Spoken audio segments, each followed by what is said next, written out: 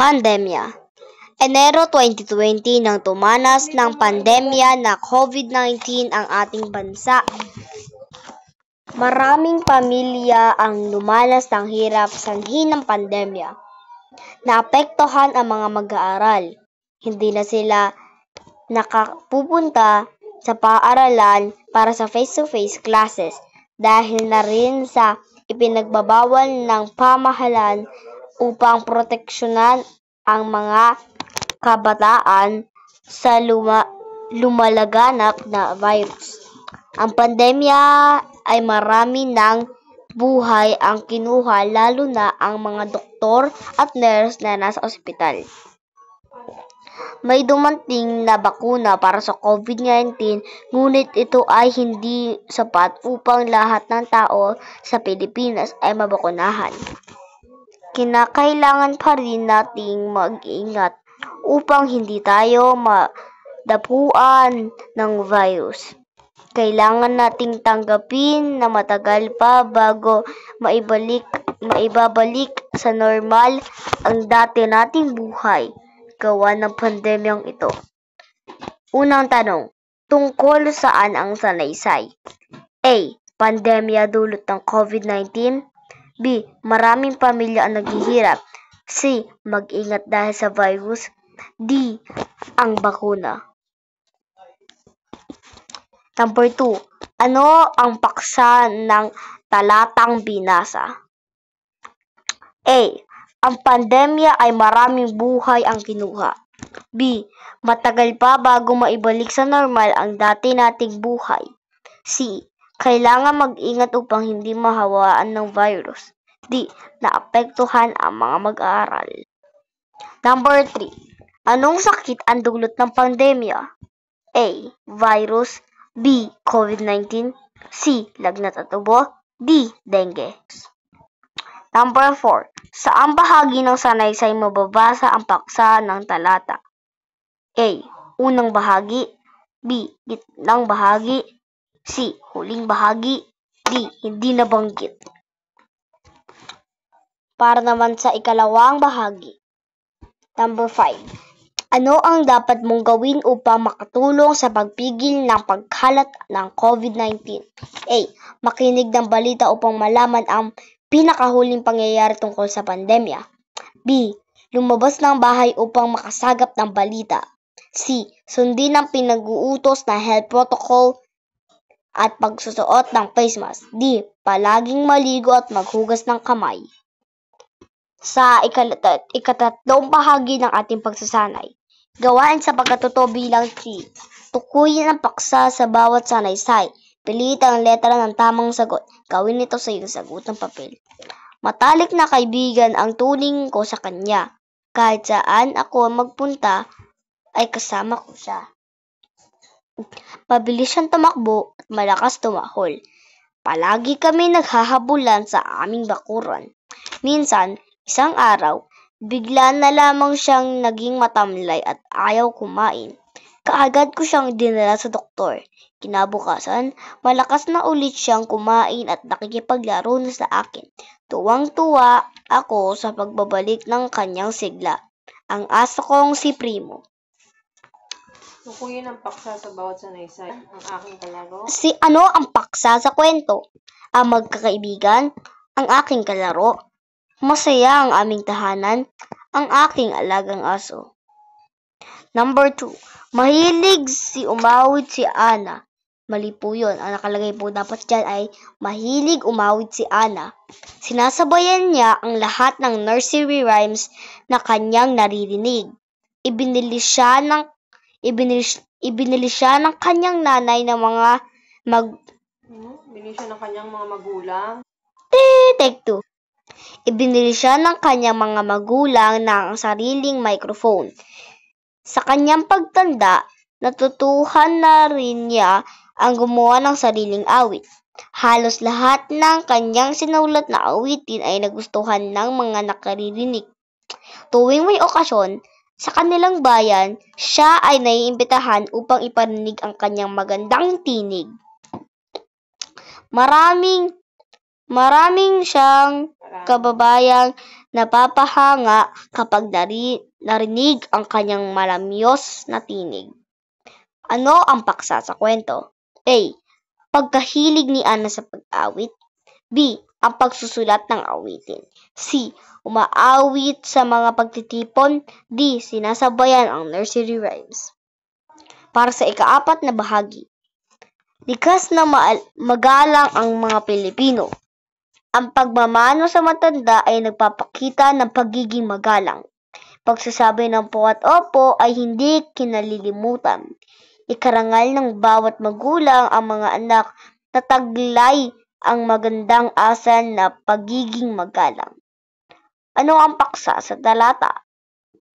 Ang pagiging mabait ng mga Pilipino, ang pagiging mapagmahal ng mga Pilipino, ang pagiging magalang ng mga Pilipino, ang pagiging masiyahin ng mga Pilipino. Next, anong kaugalian ang taglay ng bawat pamilyang Pilipino? Pagiging magalang, pagiging masiyahin, pagiging mapagmahal, pagiging madasalin. Saang bahagi na mababasa ang paksa ng talata? A. Unang bahagi. B. Gitnang bahagi. C. Hindi nabanggit. D. Huling bahagi. Klase sa English. Ang susunod na klase. Class, makinig sa ating tatalakayin sa English 3, Quarter 4, Week 7. Irregularly spelled words. Hey everyone! Welcome to another day of our class. It is another day of fun and learning. I am Teacher Frel, your teacher in English 3, Quarter 4, Week 7. Milk base. Our lesson for today is about irregularly spelled words. So kids, are you ready to listen? Let's get started!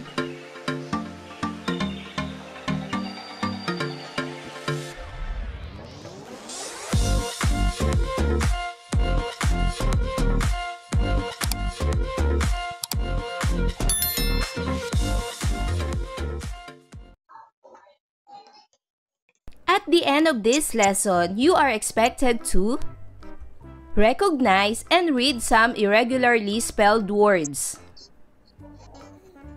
Hello kids! Today, we are going to study about irregularly spelled words. Ano sa tingin nyo ang ibig sabihin ng irregularly spelled words? Alamin natin ito. Irregular spelled words are words that contain letters that are not individually sounded or phonetically produced due to the combination of letter sound and other characteristics. Yun po ang ibig sabihin ng irregular spelled words. Let us read the examples below. Ice, earth, cake, wreath, mother, right. Irregularly spelled words. These words do not follow the phonics or spelling rules. They are phonetically irregular. They also require correct and fluent reading for readers to easily identify them. For examples, 8, straight, knuckle, wrap, right, kneel, Wednesday, again. And now for our first activity, let's do learning task 1. Fill in the missing letters to complete the word being defined. Write your answers in your notebook. Number 1. A person who lives nearby, normally in a house next door. What word is being defined by Neighbor, Very good. this? Fill in the missing letters. Correct. This word is neighbor.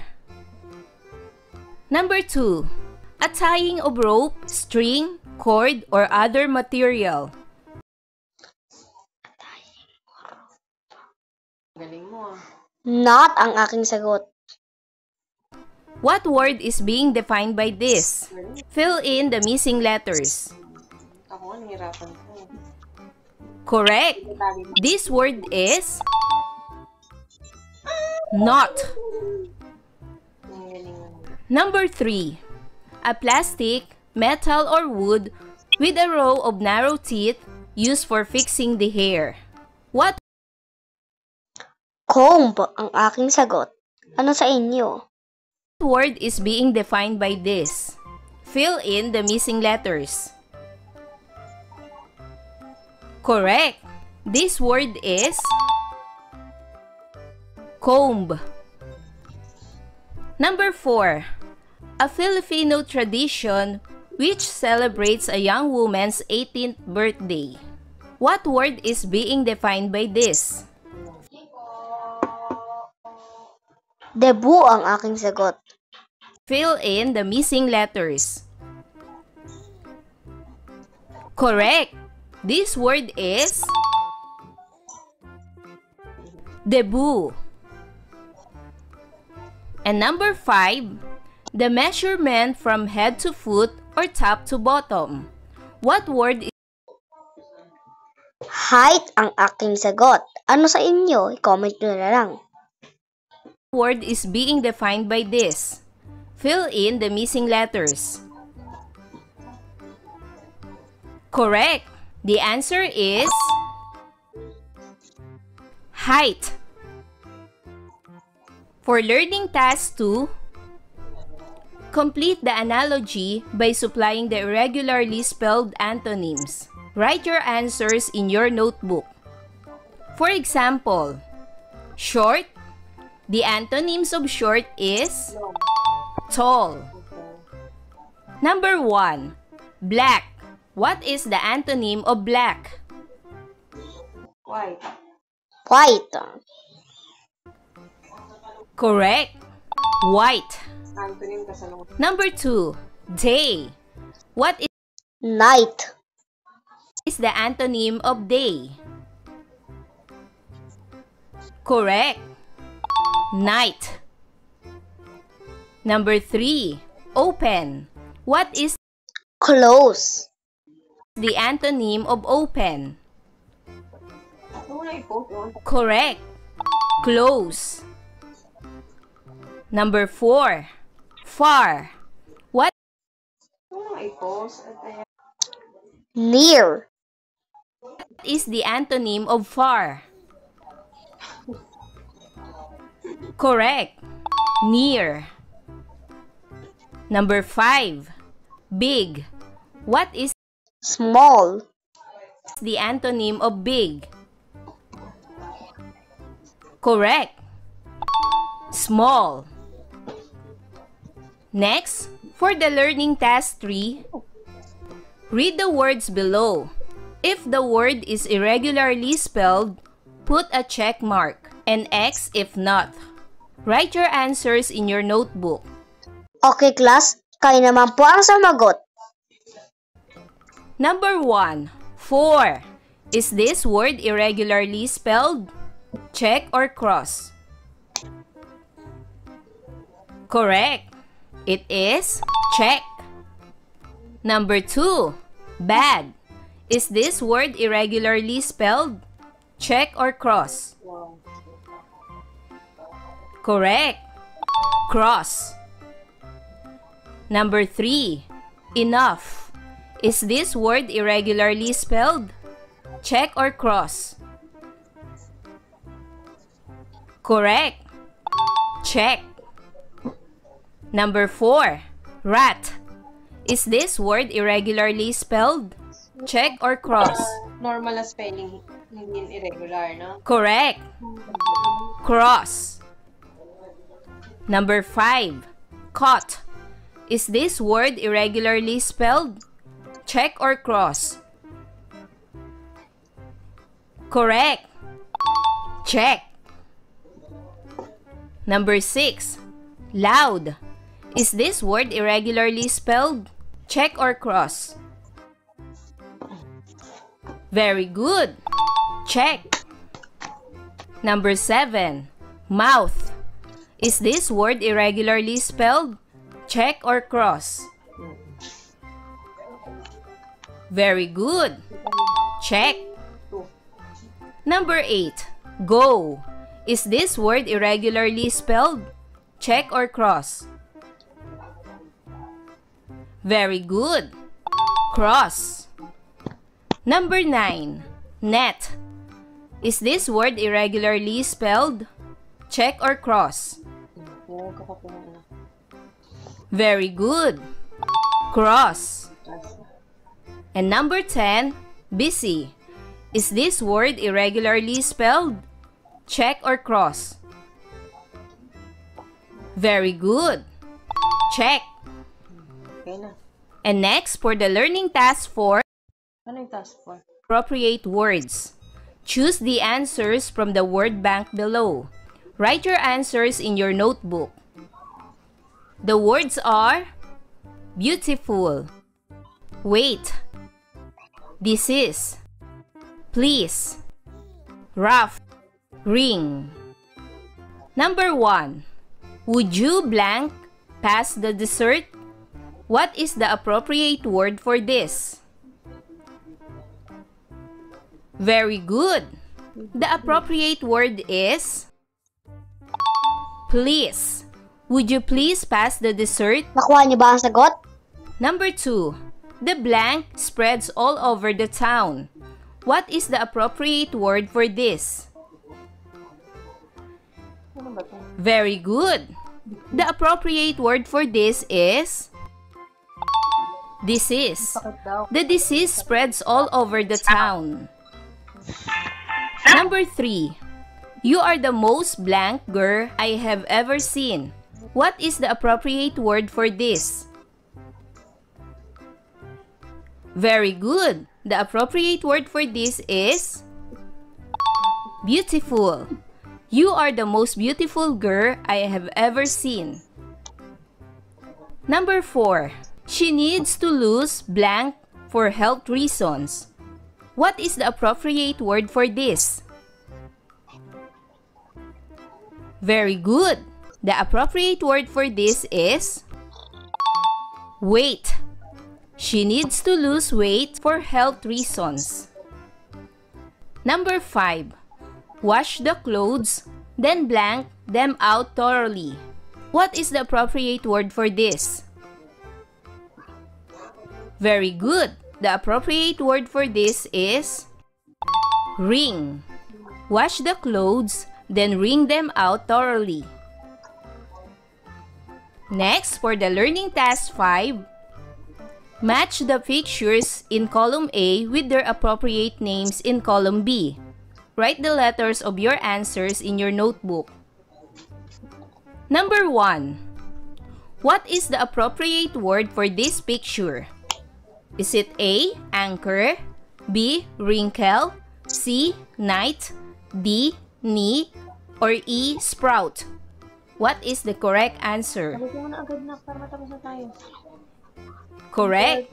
The appropriate word for number 1 picture is letter D. Matapos na ako haba ko. Sayang yung load. Word for this picture. Lipat mo na ako. Book. Let us read the story below.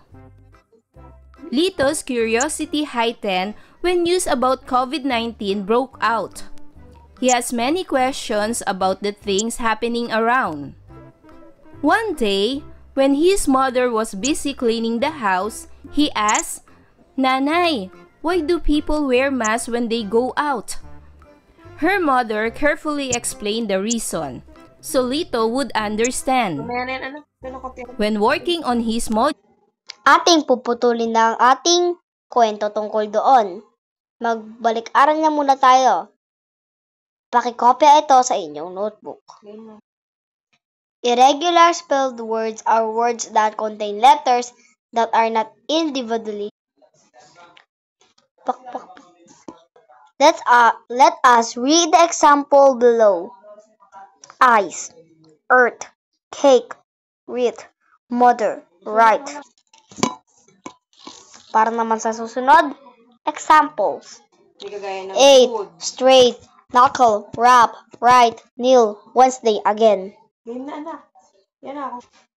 Talakayin naman natin ang matematika. Matematika, oras na para sa matematika.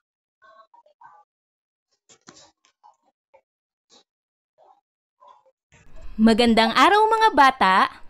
Welcome muli sa ating panibagong aralin. Ako si Teacher Frel, ang inyong guro sa Math 3, Quarter 4, Week 5. Milk base. Ang ating aralin sa araw na ito ay mga suliraning routine at non-routine gamit ang area ng parisukat at parihaba. Lesson 2. Mga bata, handa na ba kayong makinig?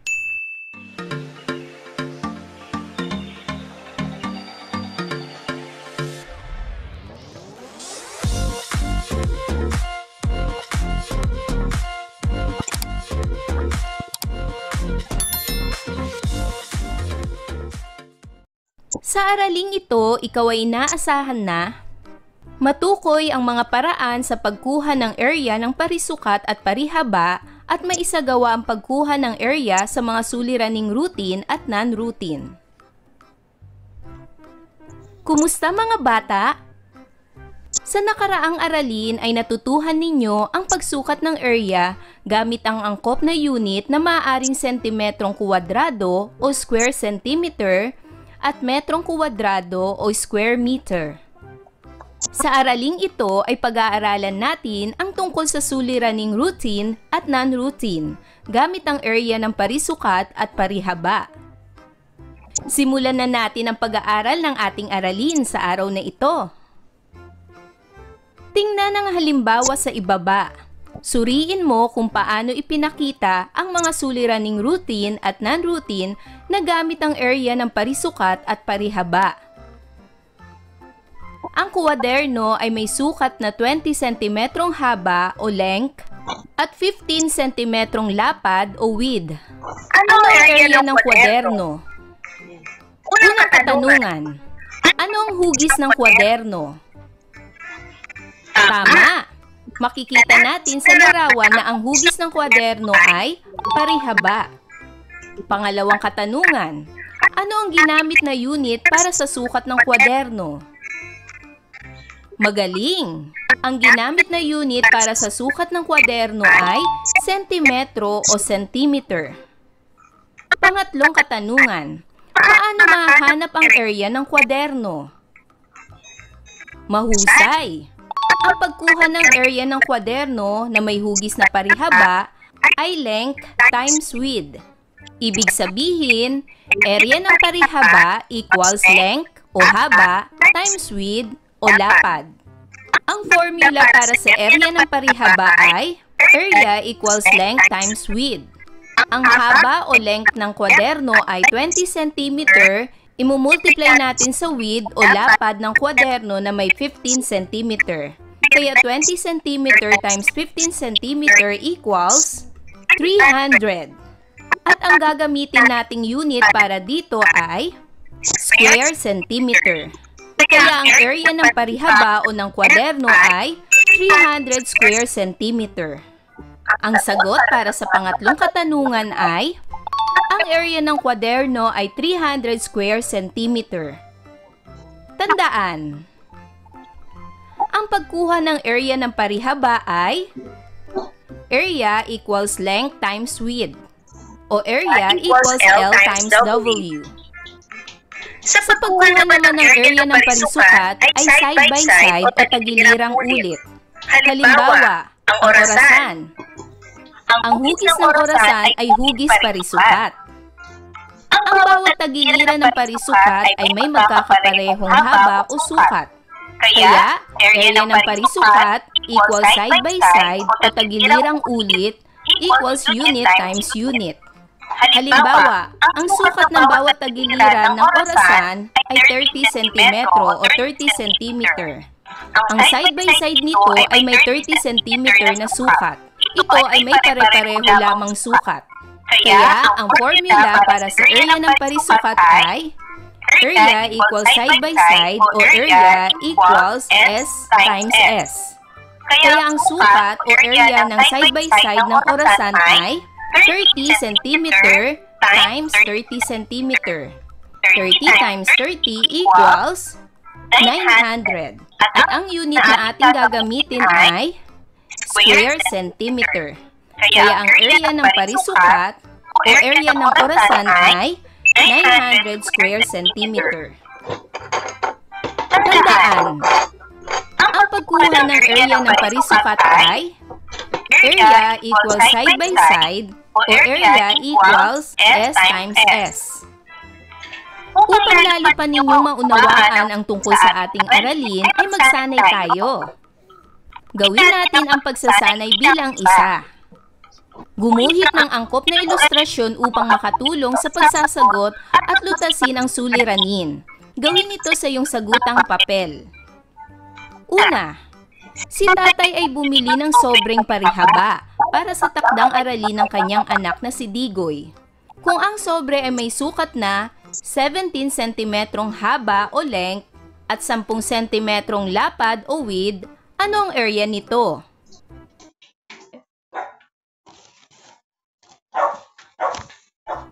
Makikita natin na ang hugis ng sobre ay parihaba, kaya ang kukunin natin ay ang area ng parihaba. Ang formula para sa area ng parihaba ay area equals length times width o area equals L times W. Ngayon ay imumultiply natin ang length o haba sa lapad o width. Ang length ng sobre ay 17 cm at ang width ng sobre ay 10 cm. 17 times 10 cm equals 170. At dahil centimeter ang ginamit na sukat, ang unit na ating gagamitin ay square centimeter. Kaya ang area ng sobre ay 170 square centimeter. Pangalawa, ang mesa ay may sukat na 40 cm sa bawat gilid. Ano ang area ng mesa? Makikita natin na ang hugis ng mesa ay parisukat, kaya ang kukunin natin ay ang area ng parisukat. Ibig sabihin, kapag parisukat, ito ay may pare-parehong sukat sa bawat tagiliran o side by side. Ang formula para sa area ng parisukat ay area equals side by side o area equals S times S. Kaya, 40 cm times 40 cm equals 1,600. At dahil centimeter ang ginamit na sukat, ang unit na gagamitin natin ay square centimeter. Kaya ang area ng mesa ay 1,600 square centimeter. Pangatlo, hanapin ang area ng bahaging may kulay. Makikita na ang kabuoang haba ng parihaba ay 16 cm at ang kabuoang lapad nito ay 10 cm. Sa bahagi namang walang kulay, ang kabuoang haba nito ay 8 cm at ang kabuoang lapad nito ay 5 cm. Ngayon ay hanapin ang area ng bahaging may kulay. Upang makuha natin ang area ng bahaging may kulay, ay kukunin muna natin ang kabuoang area ng parihaba. Sumunod ay kukunin naman natin ang area ng parihaba na walang kulay. At pagkatapos, ibabawas natin ang area ng parihaba na walang kulay sa kabuoang area ng parihaba upang makuha ang area ng bahaging may kulay. Kunin natin ang kabuoang area ng parihaba. Ang formula para dito ay area equals length times width o area equals L times W. Ang length o haba ay 16 cm. I-multiply natin sa lapad o width na may 10 cm. Kaya 16 cm times 10 cm equals 160. At ang unit na ating gagamitin ay square centimeter. Kaya ang kabuoang area ng parihaba ay 160 square centimeter. Ngayon naman ay kunin natin ang area ng parihaba na walang kulay. Ang formula ay Area equals length times width o area equals L times W. Ang length o haba ay 8 cm. I-multiply natin ito sa lapad o width na may 5 cm. 8 times 5 equals 40. At ang unit na ating gagamitin ay square centimeter. Kaya ang area ng parihaba na walang kulay ay 40 square centimeter. Ngayon naman ay ibabawas natin ang area ng parihaba na walang kulay sa kabuuang area ng parihaba. Kaya, 160 cm, ito yung kabuuang area ng parihaba, minus 40 square centimeter, ito naman yung kabuuang area ng parihaba na walang kulay. 160 minus 40 equals 120 square centimeter. Kaya ang area ng bahaging may kulay ay 120 square centimeter. Ngayon ay dumako naman tayo sa pagsasanay bilang 2. Lutasin ang sumusunod na mga suliranin. Gumuhit ng ilustrasyon na makatutulong sa iyo. Una, ano ang lapad o width ng swimming pool kung ang area nito ay 100 square meter at ang haba nito o length ay 20 meter? Makikita na ang nawawala ay ang width o ang lapad ng swimming pool. Kaya ang formula para dito ay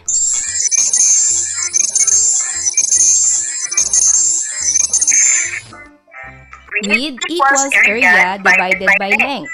Dahil ang nawawala natin ay width, hahanapin natin ang sukat ng width. W equals A divided by L.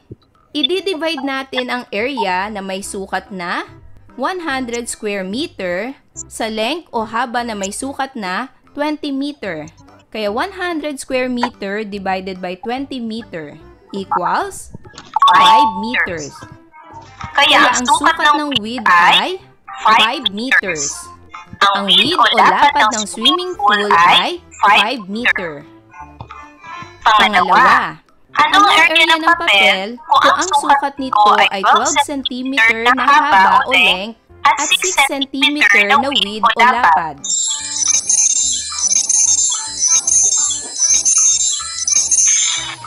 Upang makuha natin ang area, ang formula ay area equals length times width. A equals L times W. Ang length ay 12 cm times 6 cm na width. 12 times 6 equals 72. At ang unit na ating gagamitin ay square centimeter. Kaya ang area ng papel ay 72 square centimeter. Pangatlo, ang area ng isang parihabang kalsada ay 584 square meter. Kung ang lapad nito o width ay 8 meter, ano naman ang haba o length nito?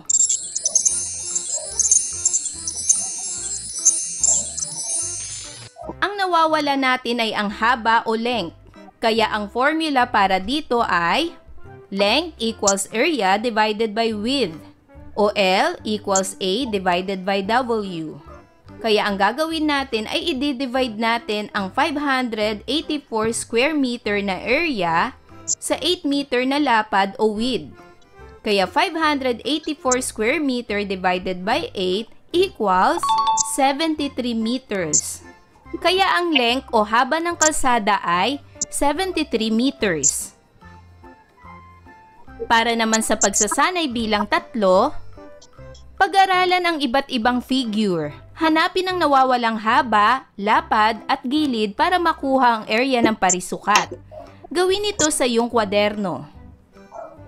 Pag-aralan ang mga figure 1, figure 2, figure 3 at figure 4. Una, anong area ng figure 1? Ang formula ay ang area equals length times width. O A equals L times W. Ang length ng figure 1 o ang haba nito ay 7 cm.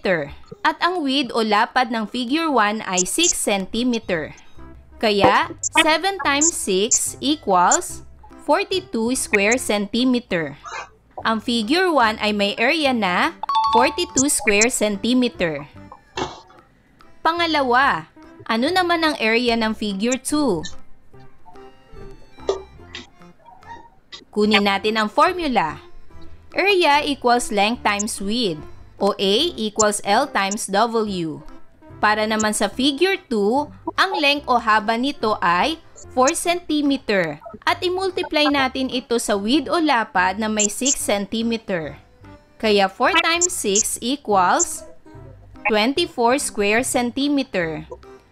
Ang area ng figure 2 ay 24 square centimeter. Pangatlo, ano naman ang area ng figure 3? Ang formula ay area equals length times width, o A equals L times W. Ang length o lapad ng figure 3 ay 7 cm. Upang makuha natin kung ano ang lapad o width ng figure 3, ima-minus natin ang 6 cm sa 8 cm, o 8 minus 6 equals 2 cm. Kaya ang lapad o width ng figure 3 ay 2 cm. Ngayon ay i-multiply na natin ang 7 cm times 2 cm equals 14 square centimeter. Kaya ang area ng figure 3 ay 14 square centimeter. Pang-apat, ano naman ang area ng figure 4? Ang formula pa rin ay area equals length times width, o A equals L times W. Ang haba o length ng figure 4 ay 4 cm. Imumultiply natin ito sa 2 cm na kung saan, kaya ito nakuha ay minus ang 6 cm sa 8 cm. Kaya ang lapad ng figure 4 ay 2 cm. Ngayon ay i-multiply na natin ang 4 cm sa 2 cm. 4 times 2 equals 8 square centimeter. Kaya ang area ng figure 4 ay 8 square centimeter. Panglima, aling figure ang may pinakamalaking area? Magaling! Ang figure na may pinakamalaking area ay ang figure 1. Dahil ang figure 1 ay may 42 square centimeter. Pang-anim, ano ang kabuuang area ng nasa larawan o figure? Upang makuha natin ang kabuuang area ng nasa larawan o figure ay kunin natin ang formula ng area equals length times width, o A equals L times W. Upang makuha natin ang kabuuang haba ng nasa larawan, i-add natin ang 7 cm at 4 cm. 7 plus 4 equals 11 cm. At ito ay mumultiply natin sa lapad o width na may 8 cm. Kaya, 11 cm times 8 cm equals 88 square centimeter. Kaya ang kabuuang area ng nasa larawan o ang kabuuang figure nito ay 88 square centimeter. Pang-pito, kung ang area ng figures 2, 3 at 4 ay pagsasamahin, ito ba ay kapareho ng area ng figure 1? Ipaliwanag. Makikita na ang area ng figure 1 ay 42 square centimeter. Ang area naman ng figure 2 ay 24 square centimeter. Ang area naman ng figure 3 ay 14 square centimeter. At ang area ng figure 4 ay 8 square centimeter. Ngayon ay pagsasama-samahin natin ang figures 2, 3 at 4. Figure 2, 24 square centimeter plus figure 3, 14 square centimeter plus figure 4, 8 square centimeter equals 46 square centimeter. Ito ang sukat ng pinagsama-samang figures 2, 3 at 4. 46 square centimeter. Ang tanong, kapareho ba ng area ng figure 1 ang figures 2, 3 at 4? Ang sagot ay hindi. Mas malaki ang area ng figures 2, 3 at 4 kapag pinagsama-sama kaysa sa figure 1. Dahil makikita na ang area ng figures 2, 3 at 4 ay 46 square centimeter. Ang figure 1 naman ay 42 square centimeter lamang. Naunawaan niyo ba mga bata? Kung ganon, Magaling mga bata! Tandaan, ang pagkuha ng area ng parihaba ay area equals length times width o area equals L times W.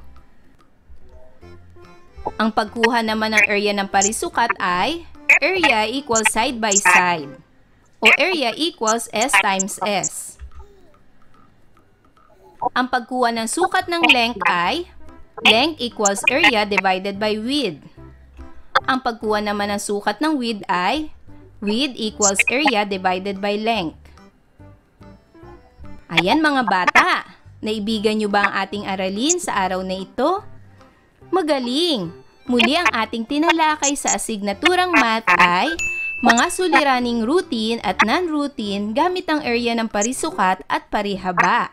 Lesson 2. Mga bata, sana'y marami kayong natutunan sa araling ito.